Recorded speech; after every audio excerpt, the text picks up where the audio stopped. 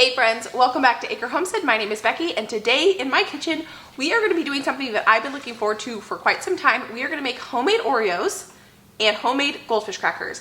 And I say we are going to make them in that I actually mean we are going to attempt to make them. I've never made either of these recipes before. These are not my recipes. I found these online, they had good reviews, and I thought this would be fun. I figured this was the perfect thing to try to make during this pantry challenge because my husband loves snacks. I thought it'd be fun if we could try to attempt to make some of his favorite snacks at home. Maybe they'll be flops and we won't ever make them again, or maybe they'll be our next favorite thing and I will make them all the time. For the Oreo cookie recipe, we are tripling this recipe. You know, if we're gonna do it, we might as well go big or go home, right? And I want to bring these Oreo cookies to his work, so if they turn out, we are gonna be bringing them to his work. And of course, we'll keep quite a few for ourselves. Now that I'm talking to you, we might have to quadruple it. When we get to it, we'll get to it. And for the Goldfish crackers, I'm only gonna make one recipe because we're gonna keep these and I hope that he really likes them. I freeze-dried a bunch of cheese for this because his favorite Goldfish crackers are Flavor Blast. So the only two things you're gonna need to make these two recipes that you might not already have on hand are black cocoa powder. I ordered this from Amazon, so I can link this down in the description box if you're interested. And that is what's gonna give the Oreo cookies their really dark color. I had never heard of this before until I started researching these recipes, but apparently this is how you can get black frosting if you wanna make black frosting for a cake, or if you wanna make Oreos. The other thing you might need are a Goldfish cookie cutter cutout. I read through these recipes more than one time, and because I did that, I know that my Oreo cookie dough needs to chill for at least an hour in the refrigerator before we roll it out. So we are gonna start with the Oreo cookie dough, and then we are gonna move and we are gonna make the Goldfish crackers, and then we're gonna come back, we're gonna cut out the Oreo cookies, and we are going to frost them. So let's get started. I will also link these recipes down in the description box if you want to try these at home. Before I decide how many of these recipes we're gonna make, I need to measure out how much of this cocoa powder I have. This is a 16-ounce package. I'll make as many recipes as I have cocoa powder to make. I didn't really think about that for some reason. I just assumed I would have plenty of cocoa powder. This smells like Oreos. It's really interesting. Okay, we have exactly what we need to make 3 recipes. It says we need to sift the flour and cocoa powder together. I'm gonna do it on this parchment paper because all my bowls are dirty. There's definitely big lumps in this cocoa powder, so I wouldn't skip this step, even though normally I would.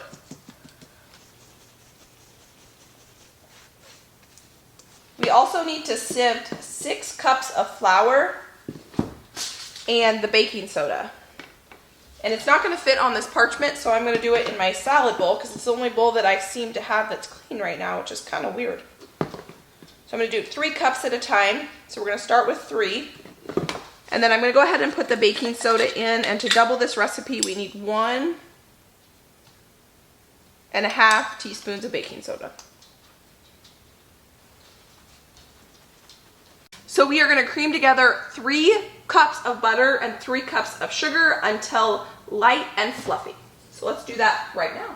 Have you guys ever watched Bon Appetit and watched Claire Saffet? I think that's how you say her last name. She used to work for Bon Appetit. Now she has her own YouTube channel called Dessert Person, and she would make these copycat recipes, and she had this whole series on Bon Appetit. And I think she made Oreos one time. My husband and I used to love watching her show together. And I feel like I'm kind of on that show, except I'm not a professional pastry chef like she is. And I am following someone else's recipe where she makes up her own recipes. She's definitely at a different level of baking than I am, but I used to love that show. Have any of you guys ever watched that show before? Claire just seems like the most genuine person. I haven't bought her cookbook yet, but I think I'm going to. I think the cookbook is called Dessert Person too. And I think it'd be fun if we made some of her recipes together because they all look incredible. I am questioning whether I'm gonna be able to fit all of the ingredients in here. I'm going to crack them in a separate bowl. I've learned my lesson. I'm gonna turn this on.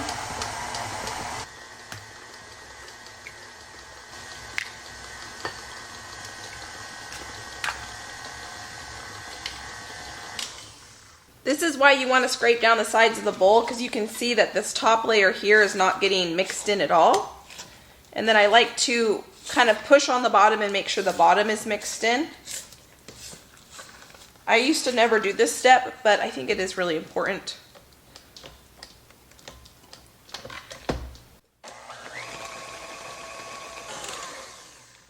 So I got out vanilla because when do you make cookies without adding vanilla? But I just rechecked the recipe and you're not supposed to add vanilla.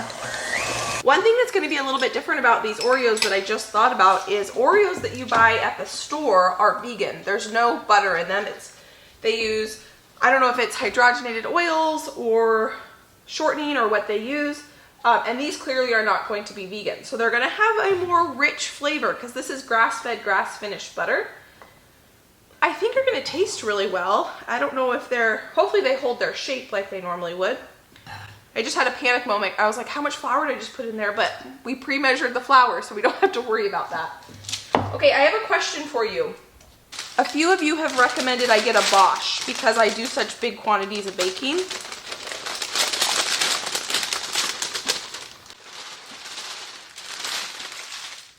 Can you share with me a little bit more your thoughts on a Bosch versus getting a larger KitchenAid mixer? I don't know anybody growing up who ever had a Bosch. Everybody I knew that had a big mixer had a KitchenAid. I didn't even know Bosches existed until I started watching YouTube channels. So I need to know more about that. So if you'd be willing to kind of give me your thoughts on that, I'd greatly appreciate it.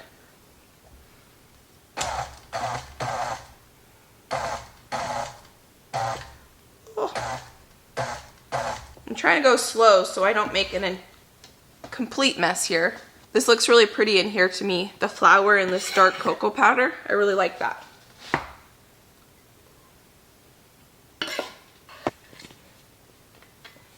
Okay. Moment of truth. I think what I'm going to try to do is mix it in with my spatula a little bit. Okay. Ah! Okay. Oh no. Let's see. I gotta lock this down. I think we made it. I think we made it. I pushed my KitchenAid mixer to the breaking point. It didn't break up, I don't think, but I cannot have it mix anymore. It says we need to turn this out onto a surface. I'm going to reuse this parchment. This is the craziest stuff. It is so dark. So we're going to put this out here. I probably wouldn't recommend if you're trying a new recipe to triple it, but you know how I like to live life on the edge. It says, turn the dough out onto your surface and push together into a flattened square. Wrap the dough in plastic wrap and refrigerate for 1 hour. Can I show you how big this is? It's the size of my head. So I probably did not need to quadruple it. I hope my husband's coworkers like it. I hope we like it. But this is fun. This is my idea of a good day. Okay, let's divide this. I'm not the best at following directions, but because this is a new recipe, I am gonna try to do my best.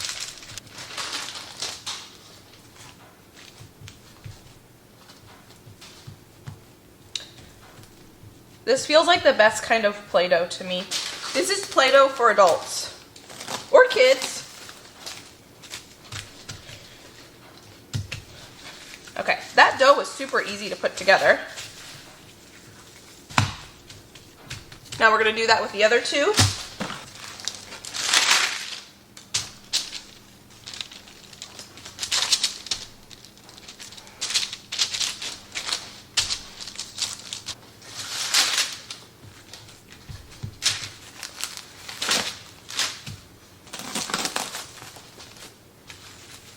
Into the fridge they go. I just reread the goldfish cracker recipe, and this recipe sounds like it's going to be extremely easy to make. You make the entire thing in your food processor, including shredding the cheese. We need 8 ounces of sharp cheddar cheese. I have no idea what 8 ounces of cheese looks like, so I'm just going to cut some of this cheese off this block, and we'll set it there. That is 12 ounces, so that's way too much. Try that. That's 10. All right, that's close enough.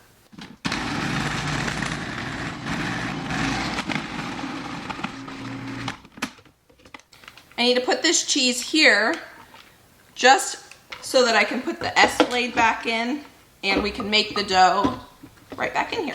So this goes back in here. To this, we are going to add 1 cup of all-purpose flour.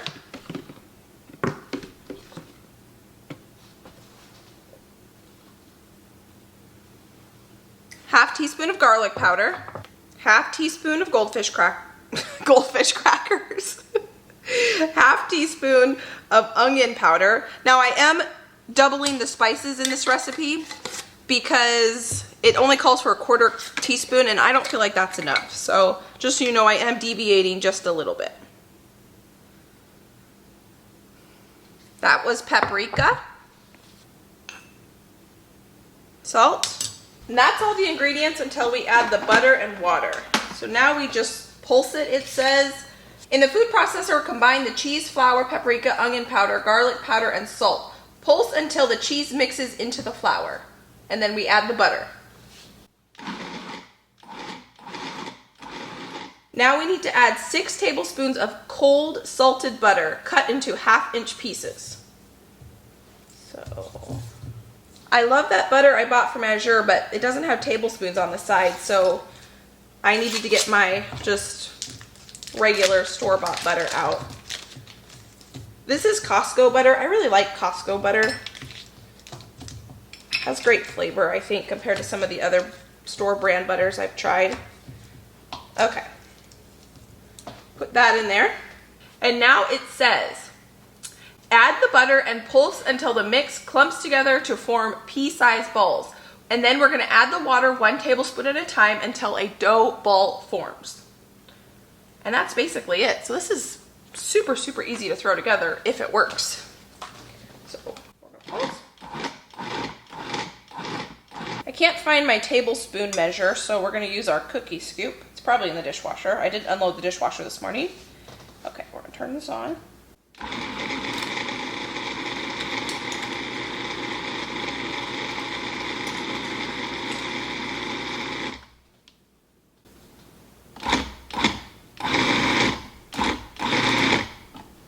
feel like this is supposed to be turning into a ball. It says 1 to 2 tablespoons of water, and I just added 3.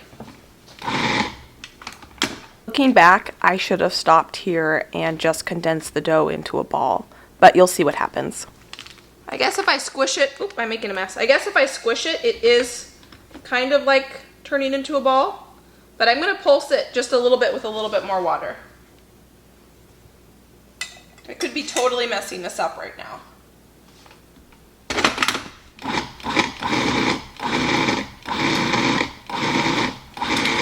Oh, see, it's starting to form a ball.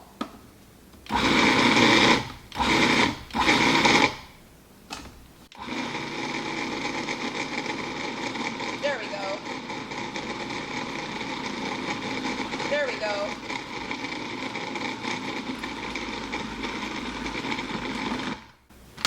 Okay, I may have added too much water, but we'll find that out when we go to bake them. Yeah, I think I added just a little too much water, but that's okay. It smells really, really good. I just put all the spices away, and I wanted to show you this new cool tool I just bought just for today. You don't need this to do this, but I'm pretty excited to have it. I've always wanted one of these. This is a rolling pin with different size discs on each end that have a specific width. I don't know what the term is. So you can get an even rolling out. The rolling pin that I use is my grandma's, and I love that one for making pies and a ton of things, cinnamon rolls. But for something with this much precision, I want to have an even layer of dough. And the recipe says you want it to be, let me look. Roll the dough as thin as you can, about 1/4 inch. And this has a 1/4 inch disc. And on the flip side, it says 6 millimeters. So for those of you who use metric, it has both. I'll link this down below. Like I said, you do not need this, but I think it'll come in handy because next month is Valentine's and I have some plans for Valentine's.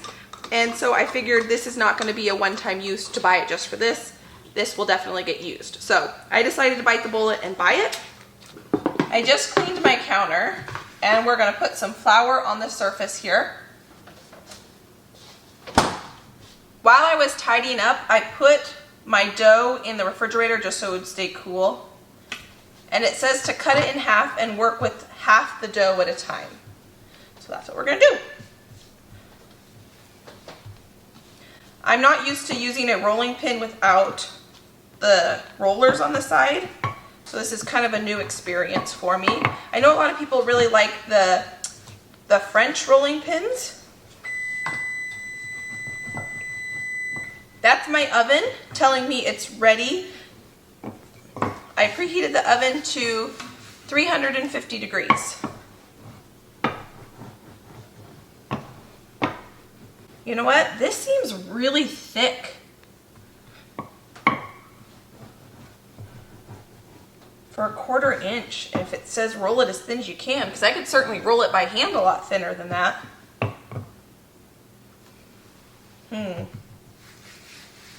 Let's cut them out.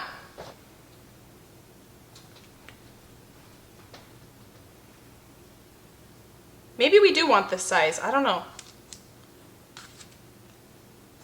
Oh my goodness, they are so freaking cute. They're getting my fingernail print on them though. I have to figure out a different way to get them out of the cutter. Looking back, what I wish I had done was done half of the dough with this thickness and the other half with a thinner thickness, but I know that now moving forward. So perfect. I was trying to follow the recipe exactly, which is not my personality. And that's why sometimes cooking, you have to go with your instinct.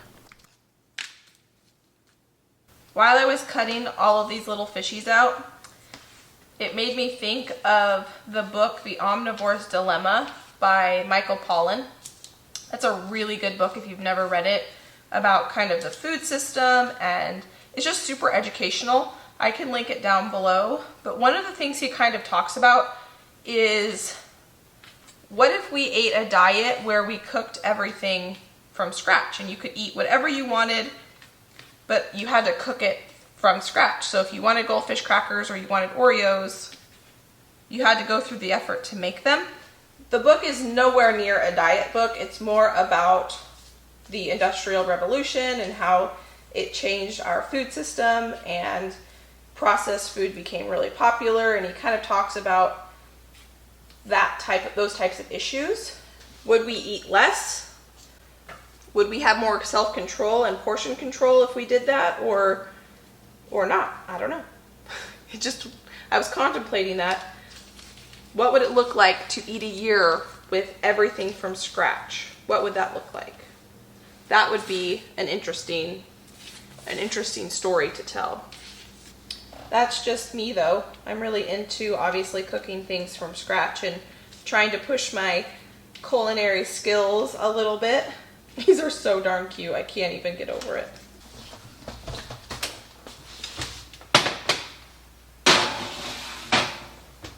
It hasn't quite been an hour yet, so we are not quite ready to roll out our Oreo cookies, but we have the goldfish crackers in the oven, so it's a good time to make the filling for the Oreos, the frosting part. I have 1.5 cups of butter going into our stand mixer, which I did wash. This butter is room temperature technically, but my house generally on the cooler side in the winter. So I'm gonna put that in my mixer and I'm gonna beat that until it gets soft enough to add 6 cups of powdered sugar.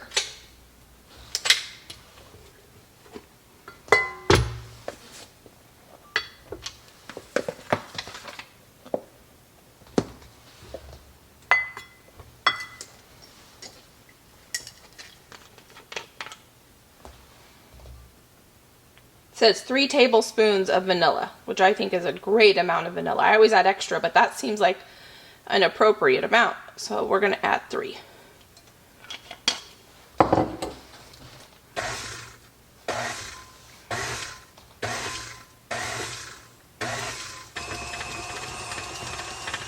This is how you know this is really good quality butter. This frosting is yellow. It's not white. This is perfect. I just reread the directions for the Oreos and it needs a 1/4 inch thickness as well. So when I read the directions, what it said is you can use a floured surface to roll this out if you want to, but think through, you're working with basically black cookie dough, and if you use flour, that is going to show up on the end result.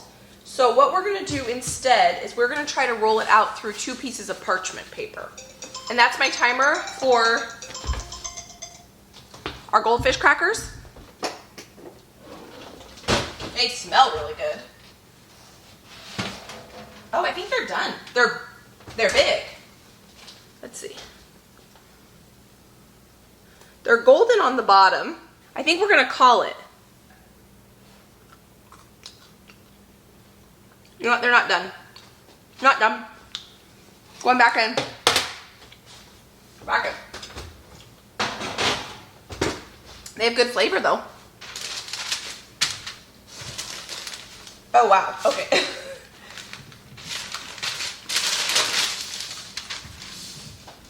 That is very difficult to roll.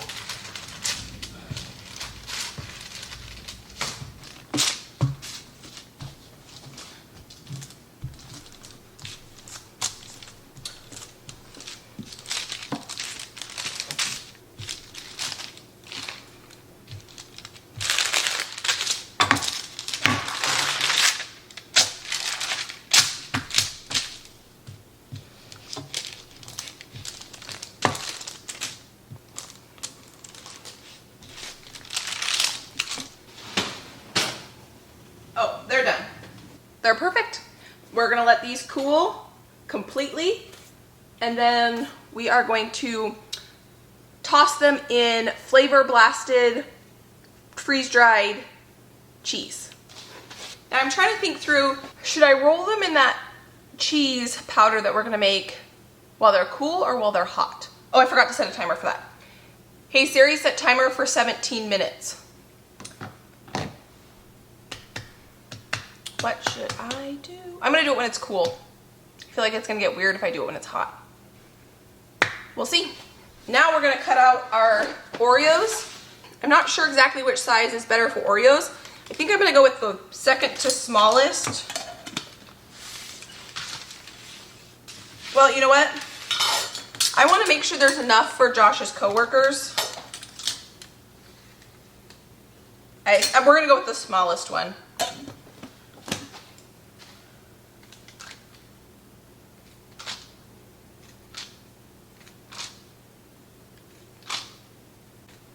This is going to take me a really long time to frost all of these. I was working really hard to try to keep this cookie dough cold while I was baking them. So when I would have a sheet full of cookies, I would put it in the fridge or freezer while they were waiting to bake. And I found that if you cook them from a really cold state or if you cook them from room temperature, it didn't change the shape of the cookie. That is why I was trying to keep them cold, was to keep the shape of them. So if I make these again, which I probably will, I won't worry about trying to keep the cold dough before baking, but it was easier to roll them out when they were cold because the dough wasn't quite as sticky. I'm gonna put these in the fridge until we're ready to bake because I still have the goldfish crackers in the oven.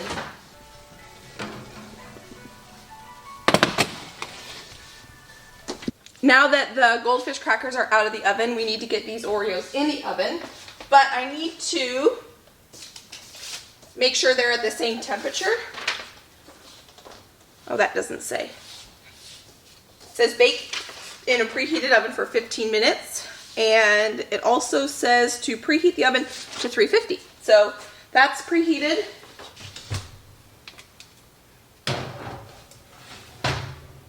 Hey Siri, set timer for 15 minutes.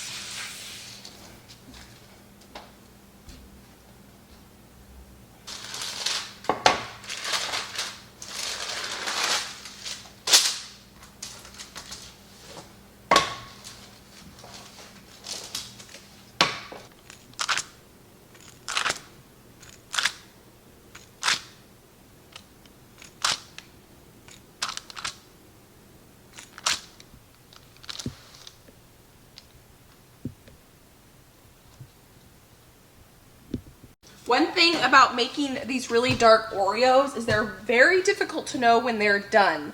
So I put them in for 15 minutes and I think they needed a little bit more because I want these hard. I don't want them soft at all.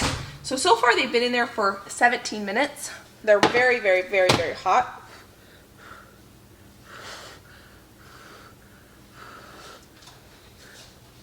All I'm trying to do see if they seem like dry enough. Because you can't see any color difference. I think we're gonna call that. I think that's 17 minutes in the oven. We gotta get them on a cooling rack because they have to be completely cool before we even think about frosting them.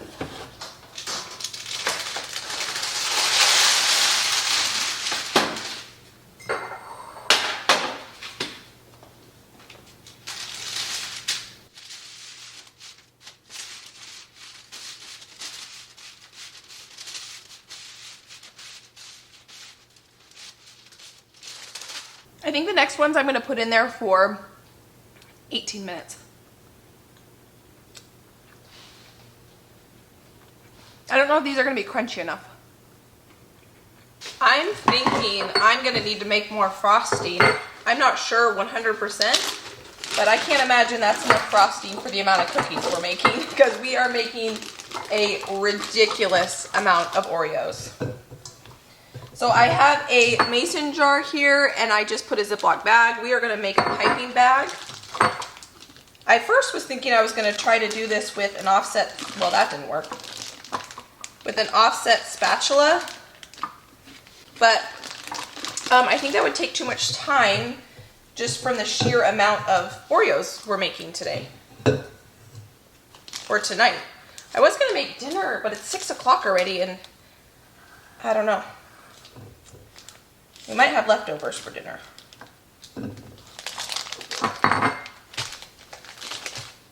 And we still have to powderize the cheese so we can coat our goldfish crackers with cheese. And then when Josh gets home, he's going to taste test our goldfish crackers. About to cut out our last Oreo. And look at all of the Oreos we've made. Those are the cooked ones so far. These still need to bake.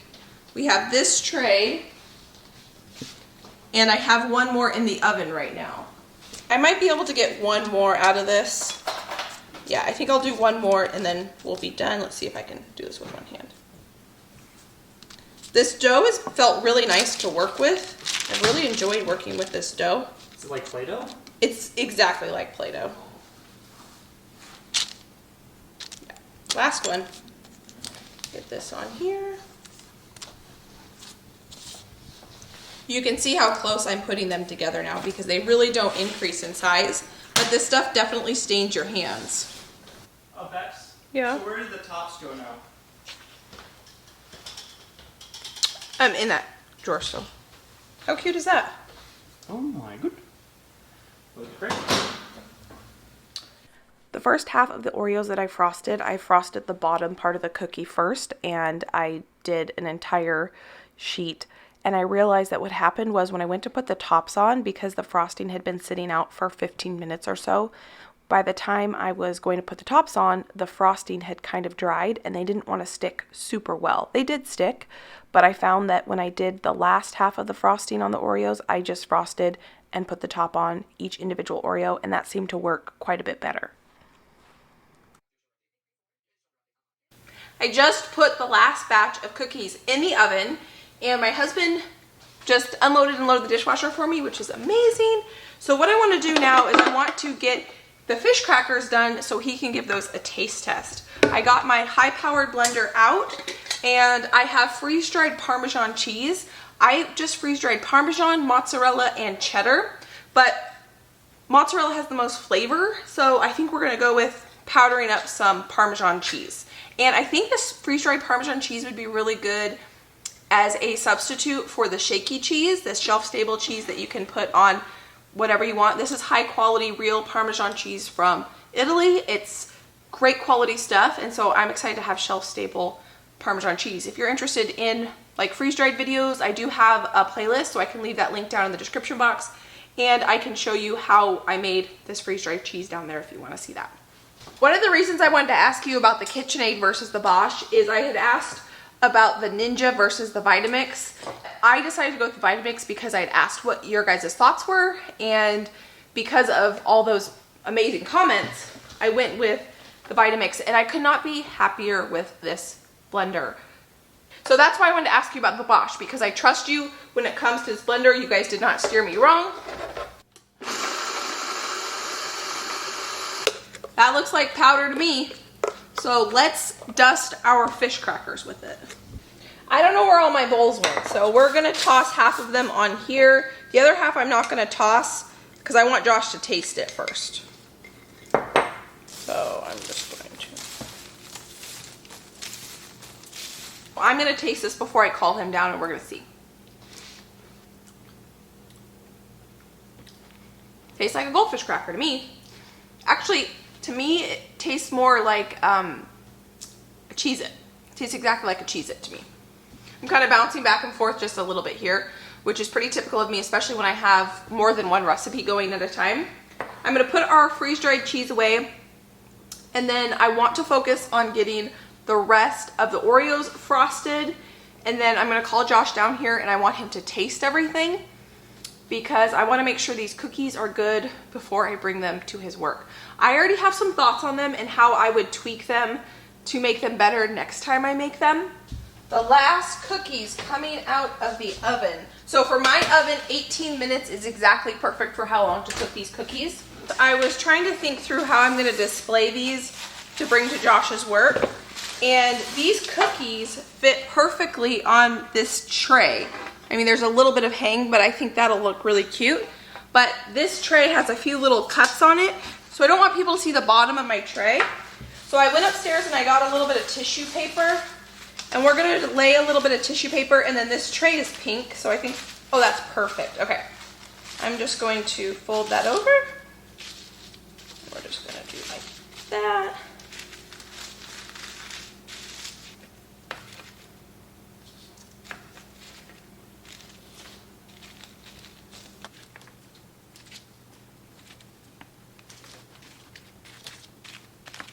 So Josh is down here and he really wants to try both the flavor blasted Goldfish and the Oreos. So go for it whenever you're ready. All right. And which one should I start with? I'm trying to think what's the best for my palate. That's a good point. Maybe an Oreo because it's going to be less intense probably. Okay, I'm just going to do like a bite. Okay. Oh, you're not going to like plop the whole thing in your mouth? Yeah, because I want to see how crunchy it is. Okay. I told them that I already have some thoughts on what I would do differently if I made these again, or maybe I wouldn't do anything different next time. And what I would do different with the fish crackers, but I want you to taste them before I give you my thoughts on the whole situation. Okay. So go ahead and give them a try. Look how perfectly that fit on there. I'm going to do the same thing with another one of those. Oh wow. That's really I was not expecting so much like it's like crunch or like crispy, Well, like an Oreo would be. Oh, you were expecting me to be softer? Yeah, I guess because looking at the top, it seems like almost chewy, which is actually crispy. That's why I kept them in the oven longer, and I wanted them to get crunchy, but I was worried because you can't see the bottom if they're too dark or not, and so I did keep them in about 3 minutes longer than the recipe said. I think they're perfect, and the cream is really nice. The frosting? The cream frosting. And that's like the best quality frosting you can get. The only thing better would be is if I made homemade powdered sugar, which I've yet to do, but we will be doing that at some point together. Alright, so I use the left side of my mouth for the Oreos. So now I use the right side for the flavor blasted. Okay.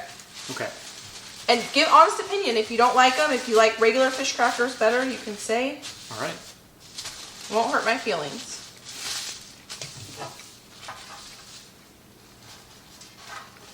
I have thoughts on them too. Wow. The flavor is really, really good. Okay. The flavor blasting effect is decent, yeah. Okay.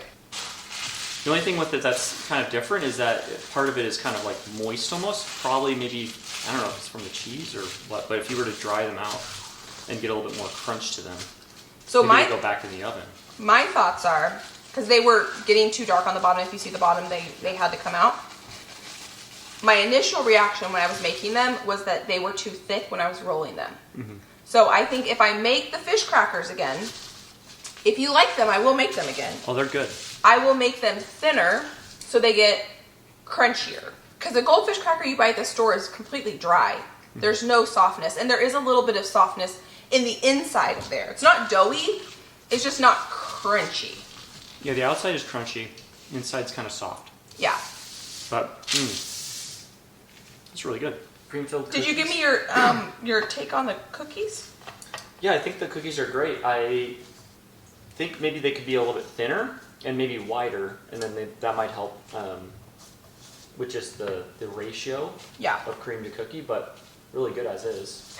So what I was thinking, if I make these again, basically exactly what Josh just said, I would make them thinner. These are clearly way thicker than a store-bought Oreo, but you like the flavor and everything? Mm-hmm. Awesome. It's really good. Thanks for making them. You're welcome. I'm excited to eat the rest. You know a bunch of these are going to your work, right? Yeah, not all of them. Well, the fish crackers are staying here.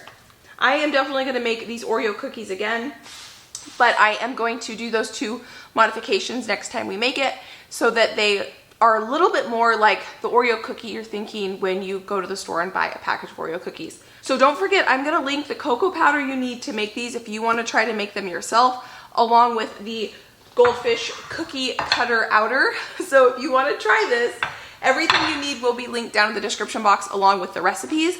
This was so fun. I thoroughly enjoyed myself making this with you. This is exactly what this pantry challenge is about. It's about learning new skills, trying new things, and pushing our culinary skills. So if you enjoyed this cooking video, I have a lot more cooking videos. I can put some up here. If you enjoy being in the garden, I have a ton of gardening videos too. We can put those down here. So I hope you guys enjoy those videos. If you're new, please consider subscribing. If you enjoyed this, please give it a thumbs up. If you know anybody that would enjoy watching this video, you are welcome to share it. I would greatly appreciate it. I hope you guys are having a great day. I hope the pantry challenge is going well for you, and I can't wait to see you next time. Bye guys.